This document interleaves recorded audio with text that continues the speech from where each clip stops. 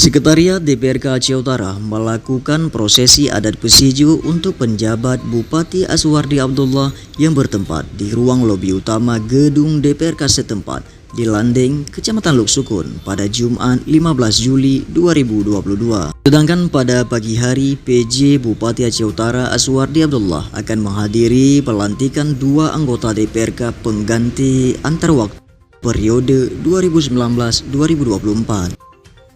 Kegiatan itu merupakan agenda perdana Aswardi Abdullah dalam jajaran pemerintah Kabupaten Aceh Utara setelah pada sore hari sebelumnya dia dilantik menjadi penjabat bupati di daerah berjuluk Bumi Malikussaleh ini.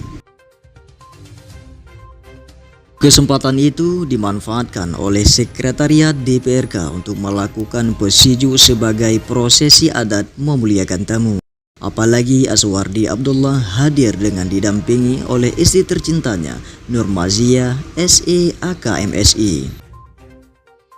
Adapun prosesi pesiju berlangsung sederhana dan khidmat yang dilakukan oleh Ketua MPU Aceh Utara Tunku Haji Abdul Manan atau yang sering disapa dengan sebutan Abu Manan Blangjerut dan Tunku Haji Muzakir atau Wali Lapang. Turut dihadiri oleh Ketua DPRK Aceh Utara Arafat Ali SE, para wakil Ketua DPRK dan anggota DPRK serta PLT Setdakap Aceh Utara Dayan Albar Esos MAP, Asisten 3 Dr. Randes Adami MPD, Asisten 2 Insinyur Risawan Bentara MT, Sekretaris DPRK Aceh Utara T. Safwan Syah Esos, sejumlah kepala SKPK dan para kabak jajaran Setdakap Aceh Utara.